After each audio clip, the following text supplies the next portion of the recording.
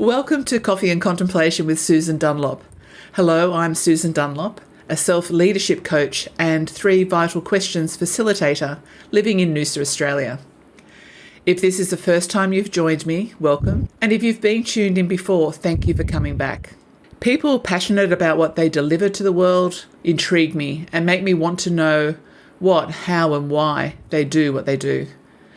I choose to surround myself with people who set magnificent visions, take risks to do good things in service of others, and are kind-hearted, purposeful and wise. Guests joining me on the Coffee and Contemplation podcast are invited to share their personal stories with vulnerability for the benefit of others, and are people with either or professional and experiential knowledge of the theme of each episode.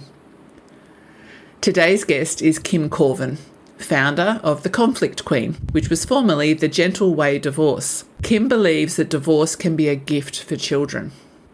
She lives in Regina, Saskatchewan, in Canada's Treaty 4 territory, with her second husband, 1 adult child from her first marriage, rescue greyhounds and cats. Kim is the 3rd generation of her family to steward 160 acres of natural prairie. Kim is a family mediator, a peaceful divorce strategist, and a trainer and speaker who combines her experience as a lawyer, judge, mediator, judo coach, and parent to help people in conflict remember that they are the CEOs of their lives and create fair and family-focused results. This even happens when one spouse is a narcissist.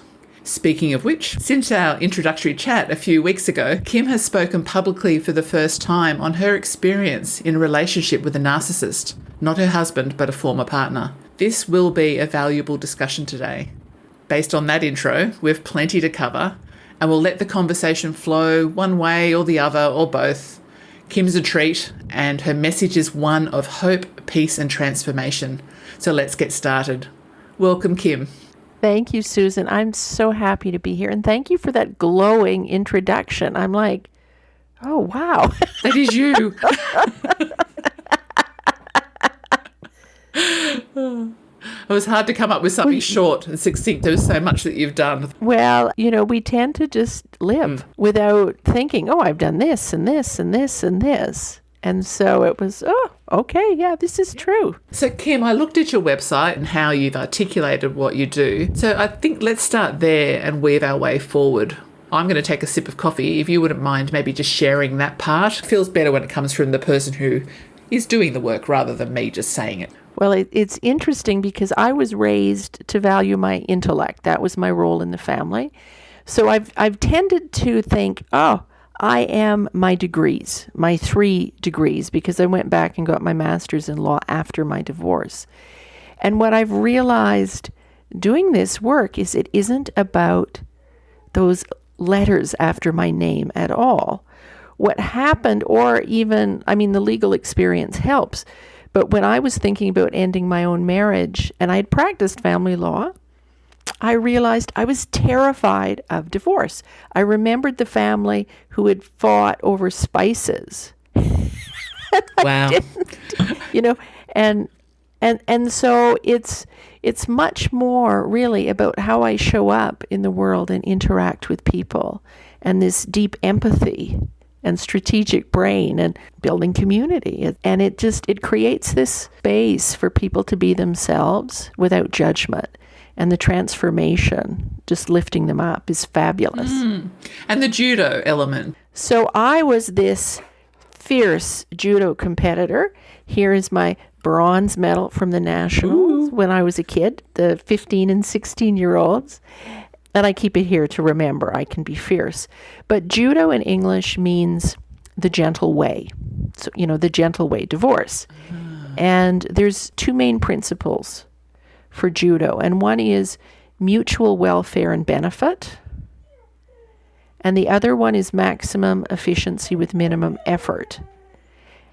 And those principles really encapsulate how I live and how I approach my work, right? And part of the tension for me with law was I was supposed to represent one person, and when I could see ways that everybody could benefit and grow from the conflict, it didn't fit. Were you just observing that in your day-to-day going, I can't do it this way anymore? Well, I think I denied knowing. Like, I love the intellectual challenge of law. And when the Magna Carta was touring for its 800th anniversary, we drove 600 kilometers so I could see the Magna Carta and completely nerd out. And so I loved the law so much, I never really saw who I was, right? I was living in my head. And it was once I started to know me more, I'd never thought about what I did. And it was like, oh yeah, I'm actually really committed to peace. And to everybody winning. I remember in 1987, and my grandfather was dying, and I was running off to live in the Caribbean for a few months. And my father said to me, you know, your grandpa, you're the only one he talks to. And I just said something like, that's because the rest of you never shut up.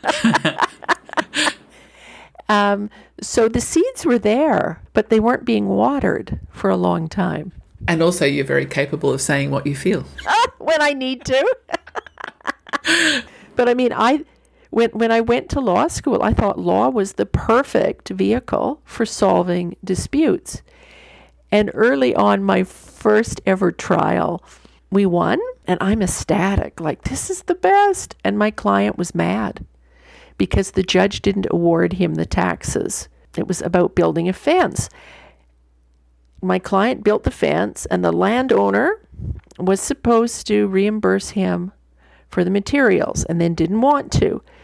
And I was just completely aghast that, like, you should be happy the court. And my client was, the judge didn't listen to us, and it was horrible. And one day, well, I studied some William Glasser theory then around that time. And I remembered the first conversation I had with that gentleman. He told me it was his daughter and his grandkids lived on that lot, and it was a busy street, right? So he'd built the fence to keep his grandchildren safe. And the whole legal process, that had been lost, right? And it wasn't until, you know, I said to him the next time we were having a conversation, and he was wanting to appeal over 2 figures, like that's how long ago this court case was. And I said, well, didn't you build that fence to keep your grandkids safe? And he stopped. And he said, yeah. And then he was calm.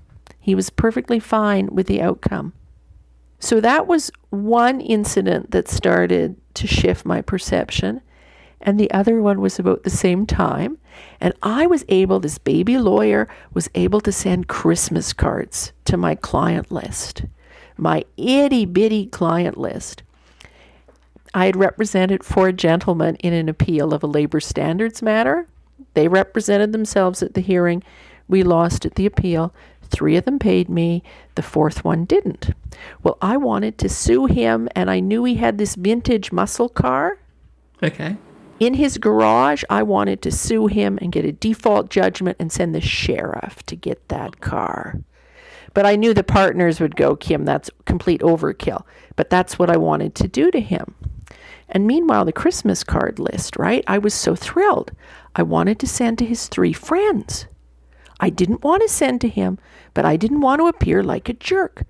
So I sent this fellow a Christmas card. I don't know when the cards went out, but I ended up one afternoon getting a call from the receptionist. Kim, can you come out here, please? And it was that man. And he said to me, Kim, I was being a jerk to you. And you know, you're the only lawyer who's ever sent me a Christmas card. And you did it when I was being a jerk.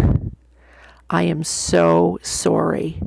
Right? He came in to apologize to me personally and to pay his bill. So it was this powerful lesson, too, of when you do the right thing, how conflict can be transformed, right? Both of those stories, they're not like a simple pause, I'm going to do this. It was, you had to really sit with your own feelings and see how you're going to be just you in how you approached it. But, you know, that was the seeds to this empathy. Interesting. And in terms of the area of divorce, like I said, I was terrified of traditional divorce, so I didn't do it that way. I stick handled it. You know, we didn't use lawyers, and And people who knew both of us would ask me, well, Kim, how did you do it? Right? Because he was known to have a temper. How did you do it? And I was just like, oh, anybody can do this. And it wasn't until my second cousin was in a really ugly traditional divorce battle, and he walked off the face of the earth for 3 months, right? His body was discovered 3 months later. That was when I realized not everybody can do this. And perhaps I need to start helping others in this area. Yeah, definitely. So, and just I think with all of that combination that's your professional experience and you coming from basically mind and heart, that's an amazing support that you can lend to other people getting through this. So you are outcomes focused, like you seem like you have become much more focused on what you do want, on better ways, gentle ways of approaching something like divorce. Can you share about what that way does look like? You just said you've done it through your own divorce. How does it look to walk through that? So what happens in how I approach this, be it as a mediator or a consultant or with my group programs, it's based on the notion that people are the experts of their families.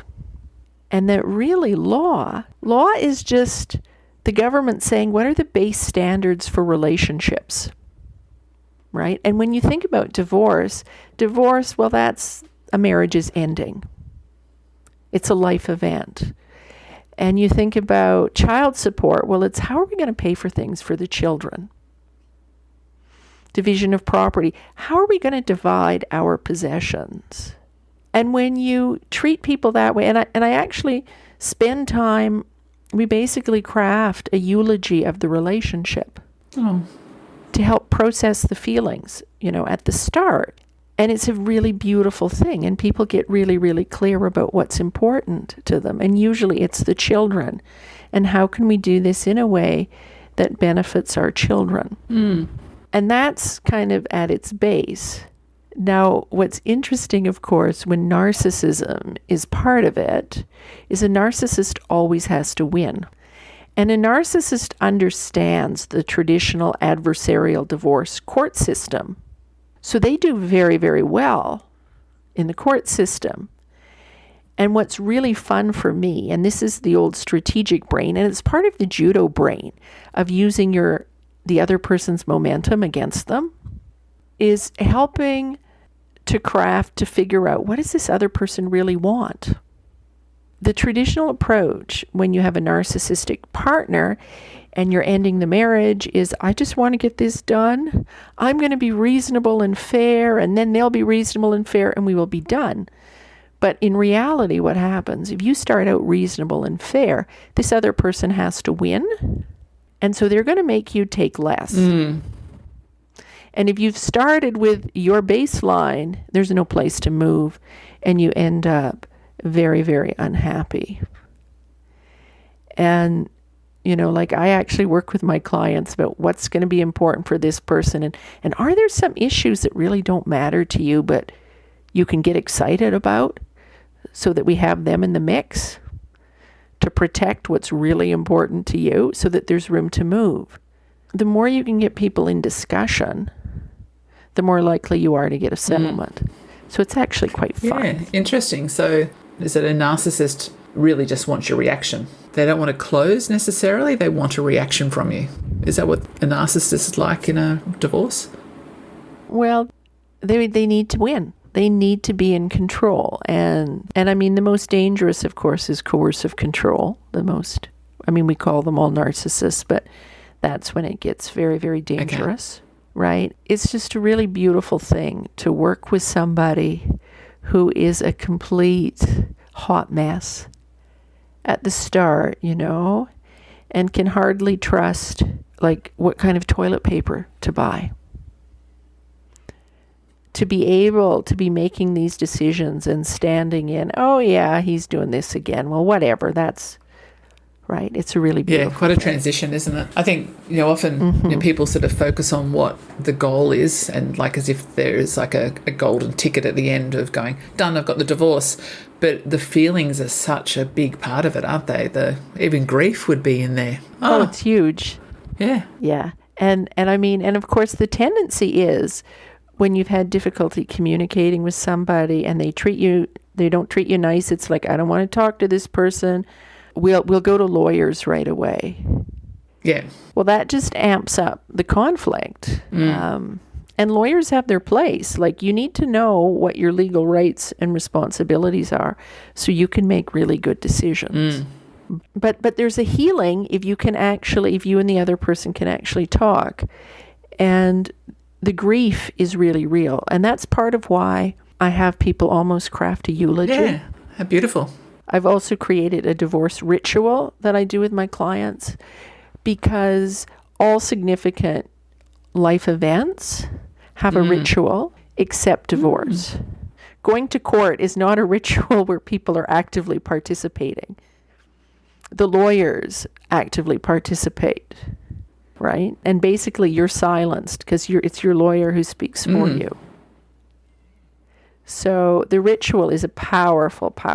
True. I've never heard of anyone doing that. That's quite a beautiful idea to bring into it. And I think communication has been such an issue I'm seeing, that, you know, like all of us have been brought up the way we've been brought up, or, you know, generationally.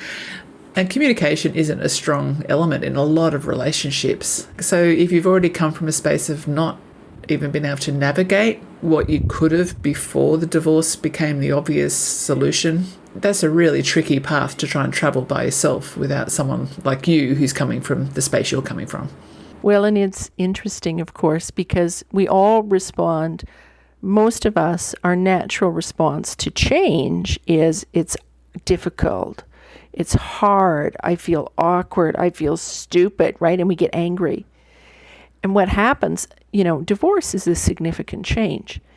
So for people going through it, they start poking fingers and going, well, he's the problem or she's the problem, when really it's their response to change. And if you can start with that realization, the other thing is, if you're parents, there's a common point, right? And it's interesting, in my community, there's a woman, she's like 95 at least now, and she was the first ever female real estate broker in Canada. So she knew lots and lots of success and was an international speaker. And I asked her one time, what's your best memory? And it was the birth of her first child, right? And if you ask most people, what are your best memories? It's the birth of the children. And so when people have space to have that discussion first, it makes talking about these issues much simpler. Yeah, gosh, that's very interesting, just to contemplate that, to get people to shift their mindset that early in what is just historically what's known to be nasty. You know, divorce can be nasty. You think, oh. Well, and I had a legal case once where people had been to mediation, wife's legal counsel prepped a separation agreement, and it came with spousal support in it. And I'd already said to my client, you're not going to pay spousal support. And he said, yeah, we're not. There's no spousal support. And I had said, good, you never want to do that. And so this agreement comes with it. And I'm like, well, if you want to fight it, I don't go to court anymore. But I thought about it, and it was like, and this is where the conceptual brain, you know, and what's underneath this whole notion of spousal support. And she had stayed home and looked after the children. So I said to him, would you be okay with giving her a cash gift instead of spousal support? And he was, right? So I proposed it to the other lawyer, who was like, well, how do we put that in the agreement? And I said, we don't. It's a gift, but you'll get a bank draft with the signed agreement. If you're, well, I don't know about, you know, but her client said yes. So that's how we got around the emotional attachment to spousal support. Her needs were met, right? And so when I talked about me and my relationship with the law, that's a really good example, right? The traditional approach, I should have just been a zealous advocate to say, no spousal support. Absolutely not. But instead, it's like, well, she looked after the kids, and if they can get along, that's better for them and their kids. Yeah. So I'm not divorced, obviously. Not obviously. That's not obvious. Is there a standard usual outcome that people want from a divorce? You know, like in the way you're doing it compared to the court system way of doing it? a lot of the people who come to me still love each other, right? They still recognize that there's some love in their heart for this other person. And they really want what's best for their kids, right? They want a fair result, what's best for their kids. Because what happens, of course, when you go to court, it's all about your legal rights and responsibilities. And it's also healing. You know, it's like when you think of a funeral, right? If the government came in, or there was some third party who came in and said, this is how you're going to run this funeral, this is what we're going to do, you wouldn't be very happy about it. No. And it would take you longer to process the grief. Whereas if you're directly involved, it really helps with the processing and moving forward. Yeah, I think it's just amazing. I'm so glad I've come across you to be able to talk to you about this. Just obviously heard many stories of people that are edging towards divorce or not. And, you know, there's been the eras before us where divorce just wasn't the thing. And I thought maybe we might talk about that next, is from the perspective of how did divorce end up in court? Can you talk about that for a moment? So, you know, divorce actually used to be an act of parliament. So you had to go to your member of parliament, private member's bill. So they're still in the record books. These old, let's say it was Joe Smith and Jane Smith. Well, John Smith, he had sexual relations with Rebecca George, named, and so they're getting a divorce. And there they are for everyone to see. And in 1857, the British Parliament actually said, no, divorce belongs in court. And I can imagine, you know, because when you think of passing a piece of legislation in government, there's 3 readings in each house and committees. It's a lot of resources. So in court, it passed the cost on to the people involved. And there had to be something bad had to have happened before you could apply for divorce. And they just plunked divorce into civil law as opposed to criminal law, which is adversarial. It's based on property. They adopted some of the property terms, like custody is a property term. And so that is how divorce ended up in court in 1857. So this using court, you know, it's a 19th century institution. And I know before Canada got no-fault divorce in 1985, and we didn't have one federal divorce act until 1968. Once there was like some of the provinces, like Ontario, they were doing the Act of Parliament because those colonies existed before 1857, you know, history, legal history, division of powers.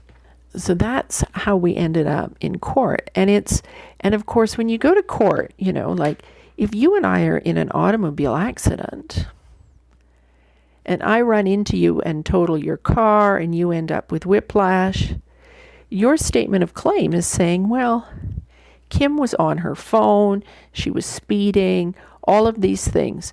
You're not saying, well, that you were actually looking down to, you know, to find your coffee cup or whatever, right? You would take no responsibility. It's all pointed at Kim's at fault. And that's fine in that car example where you don't really know each other. But when it's somebody who you loved at one time or who you still kind of love and you're doing that, and just the way the wording is, it's like you're completely rejecting this other person. Yeah. It's really hurts the heart. It's like you're being pinned to on a pinboard, isn't it? It's going, look at us. We're going out there in front of you all. And, you know, in Canada now, it's around 40% of all marriages end in divorce. But we still treat it like it's this taboo. Yeah. And that I find amazing. Like, it's part of life. It is. So, it's not till death do us part, which that leads me to the idea around the Catholic Church's influence. Like, my parents were part of that. We were very strict Catholic, grew up. And, they got married with good faith that they'd stay together. But, at some stage that all fell apart, 4 kids, whatever. And, Dad left Mum, when I was married, so I was 20 by then. But it just shattered Mum. Like, that was, not to be expected. She just hoped. It was like wishful thinking, I suppose. Wishful thinking that we can make things right. Because it is always till death do us part, because that's what the church said. So maybe can we just cover some of that, what you know about that? Well, it's interesting because my mom was raised Catholic and didn't get married in the Catholic Church. But when I got married the first time, our compromise church was the Roman Catholic Church. And I expected to get married for life, right? Like, that's the commitment. And I think, for my in-laws, I think that was a really, really difficult thing when our marriage ended. Yeah. And it's interesting because it's okay if you're unhappy in your job to find another job. But we still have this stigma, this, from the religious and the vows even that are said, right? That till death do us part. There's also, of course, our fairy tales. They get married and they live happily ever after. And when it would be much more accurate to say they got married, and that's when the work started. And if they kept talking and they kept being able to talk to each other and appreciating each other, and they lived happily ever after. Oh, yeah. You can look back at it now and see it being, that era that's gone by, and we can talk about it more comfortably now. But you think, gosh, it was such a change for them, and you think, gosh, it would bring out all your fears: fear of not being loved, fear of not being good enough, fear of whatever, abandonment, and that sort of can then obviously trigger everything else that maybe, from the way that era was raised and the era before, where it was like going back to the child that's in you, and it's the child that we should, remain silent unless we're spoken to. So I think there's no real chance for them to come together and go, hey, let's just proactively go out there and see what we can do to make this marriage just sing, you just had to keep on being quieter and quieter towards the end. Well, and usually there's one person who has stayed quiet to be the peacekeeper. And it's interesting, like when we're crafting the eulogy, I usually draw a circle and we start with, when did you meet? What did you like about each other? And go through the high points. And this one couple I worked with, they'd been married for 12 years and they had 3 kids. And at the end of that exercise, they looked at it and went, we've been together 12 years. We have 5 good, really, really good memories, and 3 of them are the birth of our kids. I think we're making the right decision. It's just good to just discern that, isn't it? And it is. I used to think, I'd love to get married, right? I wanted a career too, but it's part of that. That's what we do, and have kids, and it's actually a really good career aspiration. But it would be so much better if we had, it gets back to your comment about conflict and conversations, and if people had some training in it. Because what it takes for a marriage to work really is for people to be brutally honest with each other. Again and again and again. I feel like the brutally honest part too, though, is what I came to understand, and that's in the type of work I do, is that unfortunately brutally honest has maybe been demonstrated to us from more of a persecutor type of aspect. We come across and we maybe don't express it in a way that is kind or challenging, or something we've not learned to do either. So often I think a lot of us will go into victim very quickly and go, oh, he's attacking me, he's saying this. And that's not the way forward. It's like learning to communicate in that beautiful space of going, let's just work through this together, like what you're talking about is the key. And when I was wanting to end my marriage, I actually thought about how much time had we spent together that was really good, and how much was okay, and how much was really horrible. And I thought back to what were my best memories. And when it came time to ask him to leave. And I actually have this available on my website, the script that I used and the questions I used to figure it out. It was all about starting from the positive perspective of, this is one of my best memories. It was a long time ago. And the truth is, we are not bringing out the best in each other anymore.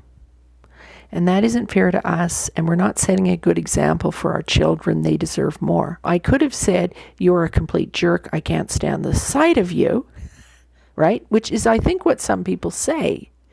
But I knew that would just inflame everything, and then we'd be in that horrible divorce world that I knew that terrified me. So I treated him with respect. And I also remembered when we did the Catholic marriage prep, and we had to fill out these questionnaires. So when the priest met with us after we did our questionnaires, the priest said that we shouldn't get married. It was like we were on two separate railroad tracks. And we thought, what does a priest know? He's never been married. But I remembered that. And so I couldn't blame my husband. I wanted to blame him. Let's be perfectly straight. I wanted to blame him. But I remembered that and went, I can't. What did the railway tracks look like? How did he see that? Well, he saw us on separate railroad tracks, never coming together.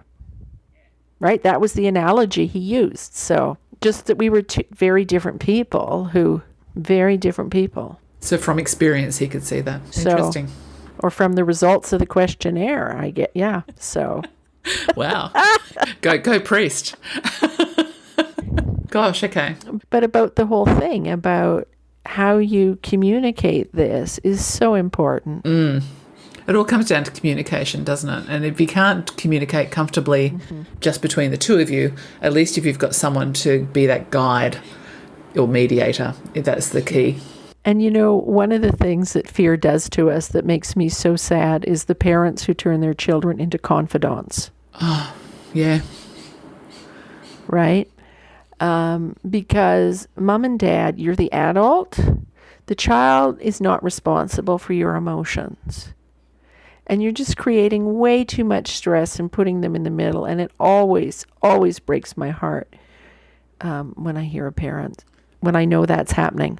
And it's definitely, again, same type of thinking in terms of that drama cycle of the roles, that's actually making your child become your rescuer. And I'm very much like, please let me deal with this my own way. I don't want my children to be my rescuer in anything that I'm, trying to work through. And I think, gosh, I didn't give birth to these girls to expect that of them. Well, and it's one thing for us to be real with our children and to admit when we've made mistakes and apologize and everything, right? Yeah. That's healthy modeling for what it means to be human. But that being no, you don't need to know that I miss you so much when you go to your dad's. No. Your article on Medium that you shared yesterday was brilliant for that, and I've shared that out to my Facebook, the points. And I think it was just makes you look through and think, be the adults in this. And just think about the children. Well, think about the children as human beings and not as extensions of you. Okay. And that might sound harsh, but, and I think we want to do that, but I think that court system was developed for property, not for humans. And that might not be a popular thing to say, but, I think we could be much kinder to the children who are in the middle of this. One thing that's just coming up for me is, when we're talking about narcissists, and maybe we'll try and catch that a little bit now about what your experience of that was personally. When you get divorced from a narcissist or someone, whatever the description is of someone who's not terribly nice and you're protecting yourself from, how does that then play out that your child is expected to go back to that person in a shared custody? Like, what does that do to the kids? I just find that so sad to see kids have to go back to this arsehole, basically, on a regular basis. And when I was practicing way back when, there was a really, one of the lawyers was working on this really ugly custody file. And so there was a child psychologist, did a custody and access assessment, and it came back that our client was had the better home for the child. And they went to trial, and the court said shared parenting. which completely astounded me because you have this expert, the psychologist says this is the better home, and usually the court gives weight to an expert, right? Who gives, because that's not the judge's area of expertise. It's the law is the judge's area of expertise. And so I was like, what in the heck is happening here? And I'm very curious, right? And so I did continuing professional development, a seminar on family law, and a judge presented, and she shared about why shared parenting was the best. It prevented kids need same quantity of time with both parents, or they won't do as well in school. Little girls, they're going to become more promiscuous. And she shared the authors of this report. So I, of course, go to the Law Society library and say, I want to see I couldn't find this journal article in the library. So I asked the librarian. And she's, well, we don't have it. And I said, well, I know the judges are using it because this judge referred to it. And she said, let me see what I can do. So one of the judges agreed to copy his article. And she shared it with me. And she also shared another article that had been published in a peer-reviewed journal. They were very different, right? Like she did it because she looked at the first one and went, there's no hypothesis. There's no assumptions. They're citing themselves. It's not in a published in a peer-reviewed journal. So these alarm bells with this experienced librarian. So and you might want to look at this article too, Kim. And I was like, oh, I think that's where it started. And the interesting thing about the article that they all picked up on, it never mentioned the effect of conflict on kids. Right? Like that is completely absent from it. And of course, conflict harms kids. Yeah. And there's a really, really great TEDx talk by Dr. Nadine Burke-Harris. And she was a pediatrician in California and was seeing all of these kids with ADD and ADHD. And she's like, well, it can't be in the water. What is going on here? And so she asked the question, not what's wrong with the children, but what's happened to the children. And she came across the research on adverse childhood experiences, or ACEs, right? And divorce is one. Yeah. I say it's high conflict divorce because I've seen, like, my kids with how we divorced have turned out much better than I ever thought they would when I was with their dad. And that's part of my passion for helping people in this area is I live with, this is the impact of doing this right, of being empowered. For me, it'd be presumptuous of me that every divorce is the same. Obviously, there is this high conflict divorce. There's loving divorce. There's all types, I imagine. It's not like a one size fits all at all. No, exactly. So, and we haven't talked about my group program. No. So did you want to go to that? Will we touch on that one? Because I was thinking that I wanted to make sure we did include it. So we haven't really spoken about your narcissist experience. We have got time if you'd like to do it now. Well, so my experience with a narcissist was actually a fellow I dated, and I'd broken up with him, and I'd gone home to the farm, came back, diligent little worker bee. I stopped at the law office, and I was going around. I'd done my work. I was turning off the coffee pot. I came back, and the light was flashing on my desk phone. And so I listened to the voicemail, and it was him. He had no business being anywhere near my office, but he knew I was there. He'd seen my car out front. And that was when I realized he was a stalker. And of course, part of that time is blurred because of the fear. But I know it came to be Valentine's Day, and this beautifully wrapped parcel was delivered to the office for me. No card on the outside. And I immediately went into, my heart was pounding, like I was completely panicked. And half of the women in the office are, oh, Kim, open it. Let's see what it is. And I'm like, I can't open it. I just wanted to throw up. And this was before privacy laws So I asked the receptionist what courier company delivered it. And we represented that courier company, and I knew the owner. I phoned him and said, did you pick it up from this guy's place of work? Can you find out? And that's where it came from. So I knew for sure it was from him. And one of my coworkers and we went to the police station that evening. And I don't usually show a lot of emotion, but I was pretty clear, I think, that in my own quiet way, I was really, really scared. And we shared this fellow's name with the police officer, and he came back in, and the look on his face and how he was moving, like my gut just dropped. Oh, give me goosebumps. And he was like, what I'm going to tell you, you can never share with anybody. And based on what he said, I hid my car for about 2 months.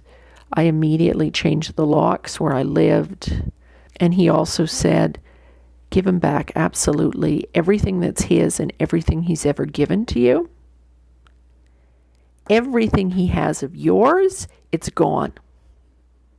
Right? And he had my favorite sweatshirt. He had some of my favorite CDs. He had pajamas my mom had made for me. Like 25 plus years later, I remember these things. And so that's what I did. And he also said, when he phones, just hang up. Do not even say hi. Right? So I got this really, really great advice from the police. And things actually were going pretty well until my male housemate went away skiing, and one morning at 7 a.m. the phone rang, and guess who it was? And the office was actually really great. Like one of the partners, I think the day after that, he sent me out in the country to get a signature that could have waited, could have gone out in the mail, but he just knew that I needed to be out in the country. And the fun thing was, after I hid my car and had the locks changed, I actually hosted this potluck for everybody who was supporting me through this. Like the friend who'd gone to the police station with me, she had always referred to this guy as a weenie. So I had this, a sausage. So we had this potluck, and we didn't have a fireplace or anything. And this is February here, so it's cold. We can't be outside with a barbecue. I took a candle, I lit a candle, and I stuck a weenie, like a smoky, on a fork, and I roasted the weenie over the candle flame. Ceremonial roasting, a ritual. It was so much fun. Nothing like ceremony, I think. Yeah, and I moved. I was at a training session, and these people who were there, who they'd rented a car from his rent, they said, oh, you're friends with, and they mentioned his name, like a year after I'd moved. Yeah. So I know, and then I got married and stuff. So thank goodness. And so many people would be not feeling comfortable about how to manage that type of situation. I know what that type of phone call's like. We've got a very nutty sister-in-law up north, and she will reach out sometimes, and it just sets everything off in me and my safety, and you think, oh. And, and thank goodness I had the officer, that we met with the officer we did. Because he was so supportive. And I suspect it was likely because of my professional background, but also my demeanor. If I'd gone in there hysterical and just blame, it would have been easy to brush me off.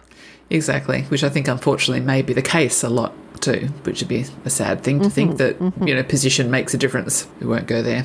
Let's talk about divas of disentanglement, because you've obviously disentangled yourself from him, let alone a lot of other stuff.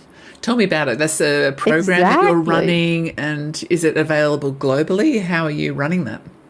So Divas is available globally, Susan. And so what I've discovered is where the true healing happens is in community. So I ran Divas with 4 women. Like, it is very intimate. So I ran a beta group starting in February, I think. And it's a mix of a lecture every week and then what is traditionally called a mastermind. So it's peer support. where everybody has a chance to say, hey, this is the issue I'm facing. Have you dealt with it? Do you have any suggestions? Lift each other up. So, I thought, they're going to want to know the history of divorce and how to negotiate and how to figure out your best alternative to a negotiated agreement and an explanation of what all these legal terms mean in plain language. That was good for them. But what they loved was the sister circle, was the mastermind every week, right? And to see the growth and the quick growth, because it's one thing to talk to an expert and it's still this power imbalance. Well, I'm needing help and you're the expert. But to be with your peers and going, I understand completely. I've been there. I feel so badly that is happening to you is complete and utter magic for them. And I don't really have the words to describe just how wonderful and transformational it is for them. I mean, I do have some quotes on the page on my website, and it's strictly online, so it's anybody, anywhere. And we're starting the week of January 8th. Okay. And it's 24 women. That's all who's in the program. And that is so everybody will attend the lecture and have some discussion time together, because that's part of it. Like, I don't know everything. And then there can be 4 or 5 pods of women who are together every week to do that sister circle. It sounds very smart how you've pulled that together, because yes, you have experience, but you've also got that professional level that I would feel if it was me, if it was related to that or any other type of circle. I'd like to know that it is being facilitated, moderated, that there's guidelines, but I love the idea of turning up as a peer in the experience of what these people have been through, that you can sit there at the same level as them and go, I'm going to be open with you about as much as you're going to be open with me. And I think that's the magic of a group, is what you're explaining. Well, and the women who are in it, right, they are in difficult relationships, very difficult partners, and they're incredibly vulnerable with each other. And these, of course, as women, you know what it's like. You don't show the problems, and you try to protect everybody else. And of course, when you're going through divorce, and if you have a partner who's a narcissist and he's gaslighting you, and everybody around you thinks he's such a great guy, and they're like, oh, no, it can't be that bad. It's really, really hard to get your feet under you. Whereas if you're with people who go, oh yeah, I understand. And we laugh. Like, that's, so many people think divorce like that is a tragedy. And the divas are not victims. Like, they know they're in really challenging situations, but we laugh. We talk about the batshit crazy game that I tell them to play. Well, I haven't had any batshit crazy for a while, but this last week, let me tell you. And I love, she said something about if anyone's been through something and you're thinking, I'm just waiting for this person to die. And you said something like that. Oh, yeah.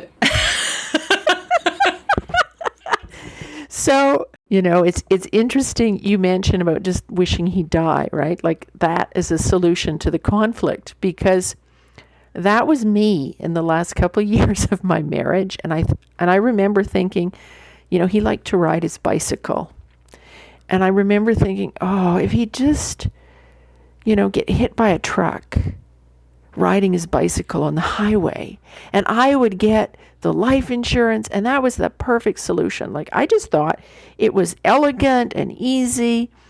And then one day I took an elderly neighbor to a doctor's appointment, and I told her that. And she looked at me and said, oh. And I said, is that bad? Like, I was so in such a bad space, I couldn't see just how horrific that was. Was that bad? And she just nodded her head, uh-huh. And that was when I started thinking about, I need to do something different. I need to figure out something different. And I felt such shame for years, for almost 10 years.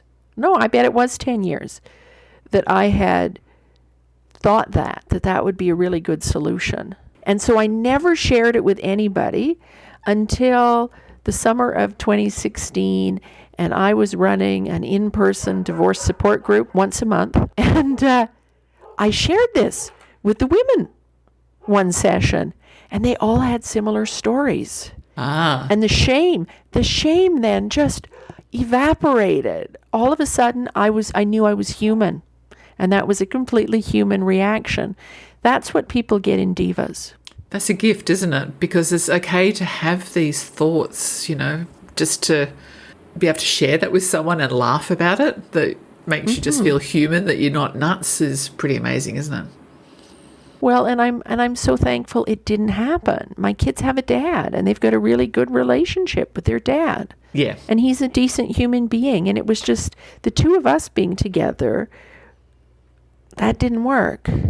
But we're both good people. And yeah, to have that space, to be that honest, and to let that negative emotion out, to release it. So Divas is a program, and how do people access it? I know you said it's online, but how do people get to it? Is it a Mighty Networks thing, or?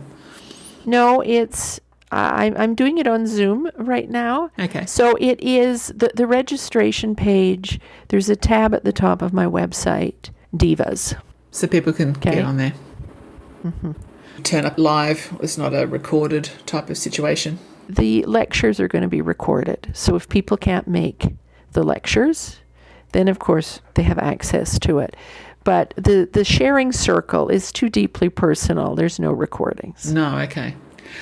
So do you, aside from the Divas of Disentanglement, do you support people with their family mediation and training outside of Canada?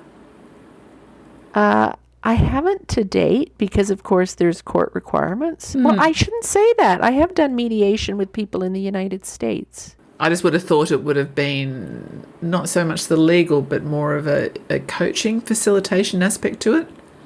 I have with people in the United States with the consulting, working just with one spouse, yeah. We're in that lead up to the holiday season, and you mentioned people tend to wait until Christmas has passed before they raise the topic of wanting a divorce. Maybe can we just go through some tips for getting through that period? Because I can imagine that's intensely stressful to go through when you know you want something else. And I think it's to commit to being happy. And it sounds like, because if you're focused on, I just want this to be done, it's going to be horrific. Okay. And it isn't going to be any fun for your children. And it's kind of to commit to, if nobody's going to die from this, it's okay. Right? And perhaps every day to go, oh, I just love seeing my children with smiles on their faces, or this is enabling this to happen. The other thing is, of course, if your spouse is a gaslighter and you don't know the difference of from up from down, the batshit crazy game, I love it. My batshit crazy game. Yeah. And how it works is your spouse says something to you that you're like, but that didn't happen, right? Like, you can't engage with the facts. Just let it go. And instead you stop and think, if my best friend was telling me this, where would it be on the batshit crazy scale? Would it be 1, just a little bit batshit crazy, or would it be a 10? Okay. Because it engages then the frontal cortex. You're being curious. So that pull to respond emotionally decreases. That's it. And you go away from reacting to response. Yeah. That's clever. Right? It gives you a reason to get curious. I think curiosity is a pretty amazing gift also that we have, that if we can approach what's perceived to be hard transitions from a place of curiosity, we can learn so much and just get that little bit stronger as we go through it. And, the other thing that has helped me when I've been in really, really bad spots is Wayne Dyer did a meditation on the Tao Te Ching. And one of the verses was, in nature, no storm lasts forever, right? And when I've been in dark places, that's what I say to myself.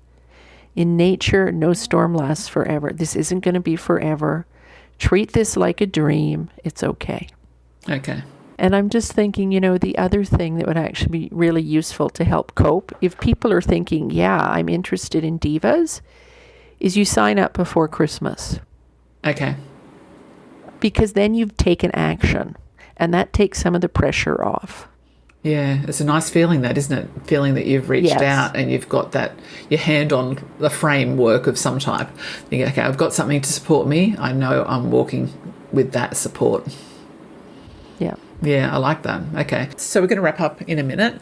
With regards to living your true self, what would be the most valuable advice you could give 7-year-old you that you wish you'd have received from your own mum when you were 7? I think it was that don't worry about what we want of you or what we expect of you. Be you.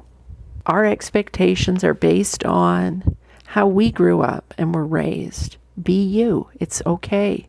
You're a fabulous human being. Lovely. It is lovely. Kim, thank you. I've learned so much from our conversation, and as we said in our prep chat, our episode probably needed to be 4 hours, but I'm pretty amazed that we made it within about an hour. I've learned a lot also from what you share on your social media. Your posts are interesting and different, so I think that's something that would help people too, to reach out and find you there.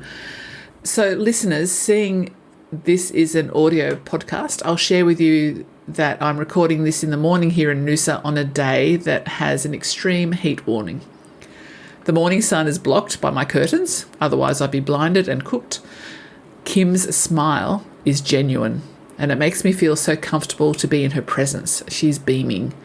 I hope that what Kim has shared can ease some anxiety for you if this is a transition you're making or have made. And I'll be sharing the episode description in how to make contact with Kim. Thanks again, Kim. Thank you, Susan. It has been a pure joy Wonderful. to speak with you. Lovely. So the transcript of today's conversation will be shared on my website, susandunlop.com.au, within the next week. And Kim's episodes will be broadcast across 7 or 8 streaming sites, including the one you're listening to. You can also watch for opportunities to pose your own questions to future guests via my Facebook and Instagram profiles, Susan Dunlop, Lead, Believe, Create. I am forever thankful to my beautiful guests for allowing me to understand them more and to share their stories. Trust that you are blessed, even when you forget that you are blessed. Take care of yourself, and I look forward to being back soon. Bye for now.